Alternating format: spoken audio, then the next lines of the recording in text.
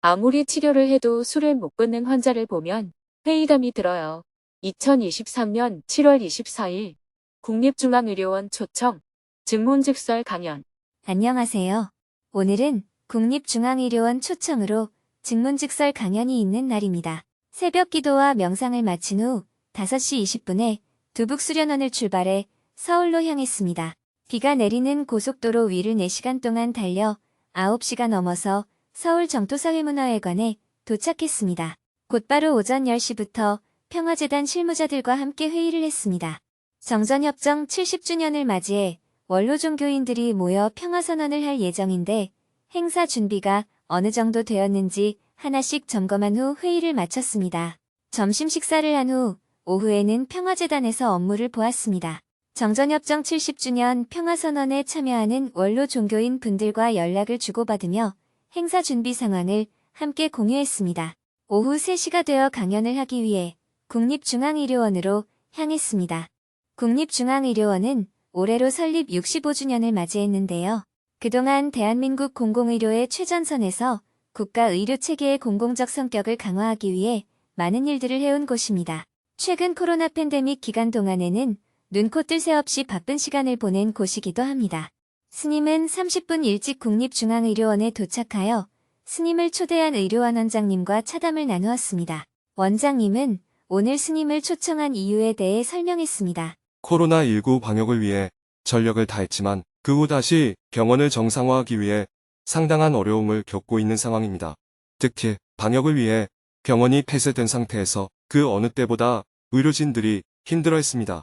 그래서 오늘 스님을 모시고 좋은 말씀을 듣고자 이 자리를 마련했습니다. 바쁘신 가운데 와주셔서 정말 감사합니다. 의료진들이 코로나 방역을 위해 정말 고생을 많이 했죠.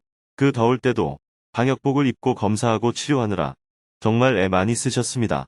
짧은 시간이었지만 원장님과 대화하며 국립중앙의료원의 역사와 하고 있는 일에 대해서도 알 수 있었습니다. 의료원에서는 외국인 노동자의 치료도 하고 있었습니다. 스님은 안산다문화센터를 찾는 외국인 노동자들의 어려움을 떠올리며 조금이나마 치료를 받을 수 있다는 이야기에 무척 반가워했습니다. 차담을 마치고 함께 강연장으로 이동했습니다. 강연장에는 약 350명이 모여 있었습니다. 스님이 들어서자 환호와 박수갈채가 쏟아졌습니다. 원장님의 소개에 이어 무대 위에 오른 스님은 50년 만에 의료원을 방문한 감회를 나누면서 인사말을 대신했습니다. 제가 국립중앙의료원에 대한 기억을 떠올려 보니 50년 전에 이곳에서 진료를 받았던 기억이 떠올랐습니다. 그때 귀가 아파서 치료를 받았던 것 같습니다. 또 시골에 계신 부모님을 모셔와서 진료를 받게 해드린 적도 있었습니다. 그래서 강연을 요청받았을 때 선뜻 응하고 싶은 마음이 들었습니다. 첫째, 50년 전에 국립중앙의료원은 제일 좋은 병원이었음에도 불구하고 가난한 사람들과 시골 사람들을 진료해준 병원이라는 사실이 기억났기 때문에 여러분의 초청이 특별히 반가웠습니다.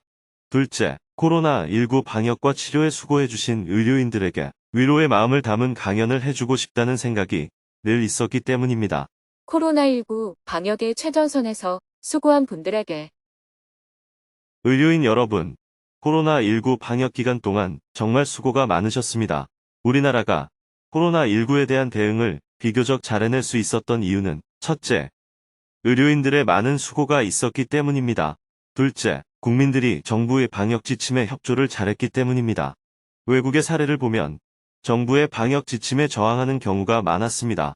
그러나 우리나라 국민들은 정부에서 백신을 맞으라고 하면 백신을 맞고 마스크를 쓰라고 하면 마스크를 쓰는 등 협조를 잘했습니다. 셋째, 우리나라 공무원들도 굉장히 성실했습니다. 이런 이유로 인해 우리나라의 코로나19 방역이 외국에 비해 상대적으로 잘 된 편이라고 봅니다. 독일 유학을 다녀온 원로 목사님 한 분은 독일인 친구들에게서 한국이 코로나19에 대한 대응을 잘한다는 전화를 많이 받았다고 합니다. 늘 우리가 서양의 사례를 배워오다가 이번에는 서양에서 한국의 사례를 칭찬하는 말이 들려오니 우리나라의 대응이 성공적이라는 말씀이었습니다. 다시 한번 여러분들에게 그동안 수고하셨다는 말씀을 드리고 싶습니다. 국립중앙의료원의 창립 이념을 되새기며 방금 원장님의 설명을 들으니까 6.25 전쟁이 끝나고 우리나라가 가장 어려웠을 때 노르웨이, 스웨덴, 덴마크 3국이 의료원을 설립해서 10년간 운영하다가 한국으로 넘겨주었다고 합니다. 환자의 4분의 3은 반드시 무료로 진료하고 항상 가난한 사람을 위해 일부 병실을 비워두도록 한다는 창립 정신에 대한 이야기도 들었습니다. 지금 한국에 살고 있는 외국인 노동자들도 65년 전 우리들처럼 어디 가서 제대로 치료받을 수가 없습니다. 그런 분들이 이곳 국립중앙의료원에 오면 치료를 받을 수 있다는 얘기도 들었습니다. 저는 제3세계에서 구호 활동을 많이 하다 보니까 파견을 나간 활동가들이 댕기열을 비롯한 전염병에 감염이 되거나 손과 발을 다치는 외상사고도 많이 당합니다. 그런데 저희 사무실이 있는 서초동에는 이런 병을 치료하는 공익적인 병원이 없습니다. 한 번은 댕기열에 걸린 활동가가 미국 시민권을 가진 사람이었는데 의료보험이 안 되니까 일주일 정도 입원한 진료비가 거의 1,000만 원 가까이 나와서 깜짝 놀란 적이 있었어요. 그런데 오늘 원장님의 얘기를 들으니까 그럴 때는 다른 병원에 가지 말고 이곳 국립중앙의료원으로 오면 된다는 것도 새로 알게 되었습니다.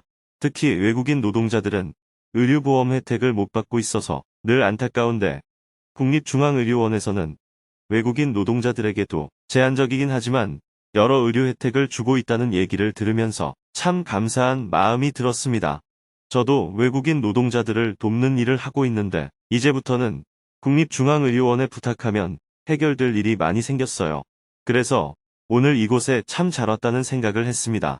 스웨덴, 노르웨이, 덴마크에서 우리나라가 정말 어려울 때 이런 병원 시설을 만들어 줌으로써 많은 사람들이 의료 혜택을 받을 수 있게 해주었듯이 우리도 어렵지만 눈을 밖으로 돌려서 우리보다 더 어려운 사람들을 돕겠다는 마음을 가질 때 우리의 모습이 더 아름답지 않을까 하는 생각이 들었습니다.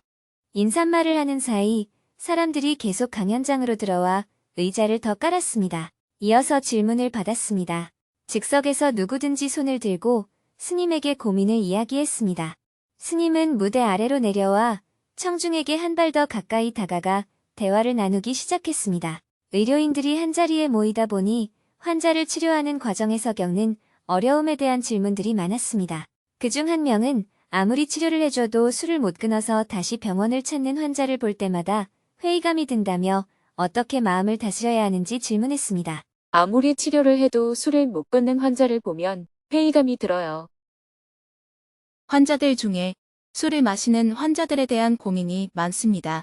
음주를 많이 해서 피를 토하며 병원을 찾아오면 밤늦게라도 잘 치료해서 퇴원을 시킵니다. 치료하는 동안 병동에 있는 간호사들 역시 열심히 간호를 하는데 거기까지는 굉장히 보람있고 좋아요.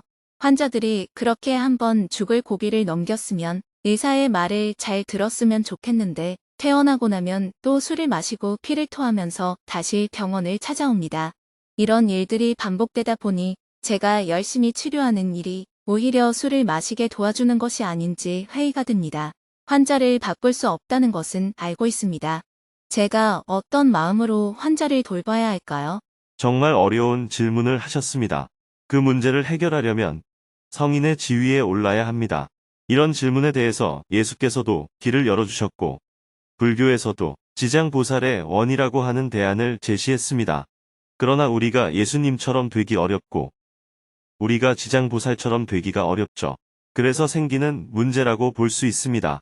지장보살은 자기가 부처되는 것도 포기하고 지옥에 가서 고통받는 중생을 건져냅니다.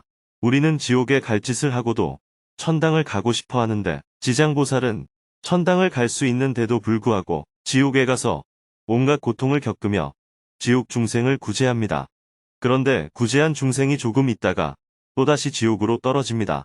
건져 놓으면 조금 있다가 또 떨어지는 일이 반복됩니다. 그런 일을 우리는 3번 이상을 못합니다. 에이, 고통 좀 겪어라 하고 말하기가 쉽습니다. 그런데 그가 지옥에 떨어지는 것은 그의 사정이고 지옥 중생을 구제하는 것은 나의 일입니다. 이런 관점을 갖는 것이 지장보살의 원이에요. 그것처럼 환자가 술을 먹든 무엇을 하든 그것은 의사가 어떻게 조정할 수 있는 일이 아닙니다. 나는 의료인으로서 그가 환자라면 치료를 해줘야 합니다. 물론 그가 병을 완치한 후 다시 술을 먹지 않으면 좋은 일입니다. 그러나 그가 다시 술을 먹고 병을 얻어 병원을 찾아오더라도 술을 먹지 말라고 몇 번이나 얘기했어요.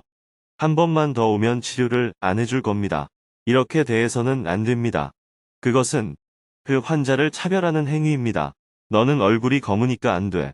너는 여자니까 안 돼. 하고 말하는 것과 같습니다.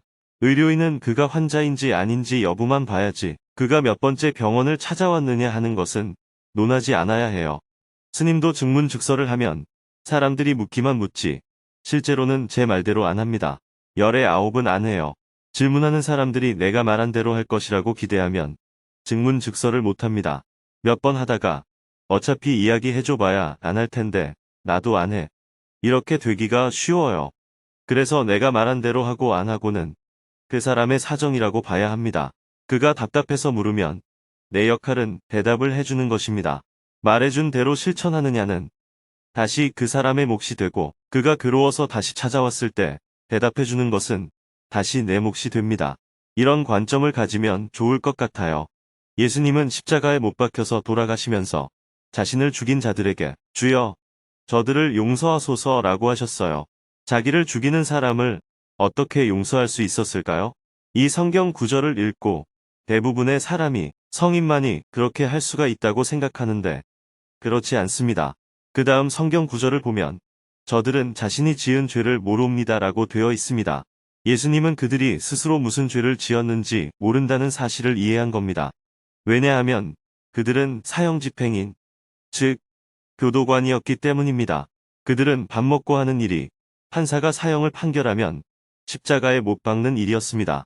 이틀이나 3일이 지나면 죽은 사람을 내리고 또 다음 사람을 십자가에 매답니다. 너무 오래 살아있으면 다음 사람을 매달 수 없으니까 빨리 죽으라고 창으로 찔러서 죽었나 안 죽었나 살펴보는 거죠. 그들은 자신의 직업이 그런 일을 하는 것이었던 겁니다. 내 생각만 하면 나를 죽인 사람이지만 객관적으로 보면 그들은 그냥 사형 집행인이에요. 그러니 본인이 잘못했다는 것을 모릅니다. 일상의 업무를 하는 것이라고 생각할 뿐입니다. 예수님의 위대함은 그들의 입장과 마음을 온전히 이해하고 있었다는 겁니다. 그렇기 때문에 주여, 저들을 용서하소서. 저들은 자기 지은 죄를 모릅니다. 라고 하신 거예요. 우리가 예수님은 하느님의 아들이라고 말하면서 예수님이 곧 하느님이라고 말하기도 하는 이유는 예수님은 이런 마음을 내었기 때문입니다. 예수님 이전의 하느님은 어떤 분이었습니까? 나쁜 일을 하면 벌을 주는 하느님이었습니다. 그런데 예수님 이후의 하느님은 사랑의 하느님으로 바뀌었습니다. 우리가 정말로 예수님이 가신 길을 따라가고자 한다면 무차별적인 사랑의 자세가 필요하지 않을까 생각합니다. 그 환자도 술을 안 먹으면 건강해질 수 있다는 것을 스스로 알고 있어요. 그러나 그 환자는 마음이 답답해서 술을 먹는 것이기 때문에 술을 먹는 것이 그 환자가 사는 길이에요. 술을 먹어서 건강이 나빠졌다는 관점으로만 볼 수 없습니다. 만약 술을 안 먹었으면 속이 터져 벌써 죽었을 것이라고 봐야 해요. 마음이 답답하니까 술을 먹는 길을 선택한 겁니다. 그 환자는 물리적 치료만이 아니라 정신과 치료도 받아야 합니다. 노숙자의 대부분이 정신질환을 앓고 있습니다. 정신과 치료를 해서 답답한 마음을 풀어줘야 술을 안 먹게 되지. 답답한 마음이 있는 한은 술을 안 먹을 수가 없어요. 몸이 많이 아프면 술을 안 먹어야지 하고 결심하는데 막상 스트레스를 받으면 또 술을 먹게 되는 겁니다. 그러니 병원을 다시 찾아오면 또 스트레스를 받았구나 하고 치료를 해주세요. 관점을 이렇게 가져야 하는 이유는 그 환자를 위해서가 아니라 나를 위해서입니다. 그런 환자를 만나면 스트레스를 받으면서 내가 왜 이런 일을 하고 있나 하는 생각을 자꾸 하게 되는데 그러면 내가 힘들어져요. 그의 인생에는 간섭하지 마세요. 내가 할 일은 내가 가진 의술로 그 환자를 치료할 수 있는 만큼 치료하는 거예요. 그 환자가 설령 죽게 된다고 할지라도 불쌍하게 여길 필요가 없습니다. 여러분들 중에는 환자가 죽었다고 너무 슬퍼하는 사람들이 있는데 우리는 다 죽게 되어 있어요. 최선을 다해서 치료할 뿐이지. 죽으면 장례를 치를 수밖에 없습니다. 아파서 오면 또 치료해주고 나아서 잘 살면 다행이고 술 먹고 또 오면 치료해주는 것 외에 우리가 할 수 있는 것이 없어요. 법문 듣고 좋아졌다고 하면 다행이고, 제 말을 안 듣고 또 와서 물으면 또 대답해주는 겁니다. 제 말을 안 듣고 괴로운 것도 그의 인생이지, 내가 일일이 따라다니며 그를 고쳐줄 수는 없어요. 다만 내가 할 수 있는 일을 최선을 다해서 할 뿐이라는 관점을 가져야 합니다. 네, 잘 알았습니다. 마음이 많이 가벼워졌습니다. 이외에도 계속해서 질문이 이어졌습니다. 증문즉설 영상을 보고 인생에 큰 도움을 받았다며 감사한 마음을 전하는 분도 많았습니다. 모든 질문에 답변을 한 후 5시 30분이 되어 스님은 객석에 앉아있던 김재동 씨에게 마이크를 넘겼습니다. 김재동 씨는 코로나 팬데믹 기간 동안 고생하는 의료인들을 위로하고 싶다는 마음을 표현하곤 했는데 마침 의료인들을 위로하는 자리가 마련되었다는 소식을 듣고 한 걸음에 달려왔습니다. 무대 위에 오른 김재동 씨는 의료인들이 잠시 동안이라도 활짝 웃을 수 있게 30분 동안 재미있는 이야기를 들려주었습니다. 박장대소를 하며 박수를 치다 보니 마쳐야 할 시간이 되었습니다. 강연을 마치고 나자 사람들이 스님의 책을 들고 와 사인을 부탁했습니다. 사진을 같이 찍어달라고 하는 사람들도 몰려왔습니다. 스님은 한꺼번에 사진을 찍은 후 다음에도 이런 자리를 마련하기로 하고 국립중앙의료원을 나왔습니다. 6시가 넘어 다시 차를 타고 정토사회문화회관으로 출발했습니다. 돌아오는 길에 스님은 원장님이 주신 국립중앙의료원 자료집을 살펴보았습니다. 좋은 일을 많이 하네요. 정토사회문화회관에 도착한 후 공양간에서 간단히 저녁을 먹었습니다. 해가 저물고 저녁에는 원고 교정과 여러 가지 업무들을 보았습니다. 내일은 서울 공동체 대중과 바로공양을 한 후 한국 JTS 임시총회를 하고 오후 내내 정전협정 70주년 북한 대토론회에 참석해 통일문제 전문가들과 대화를 나눌 예정입니다.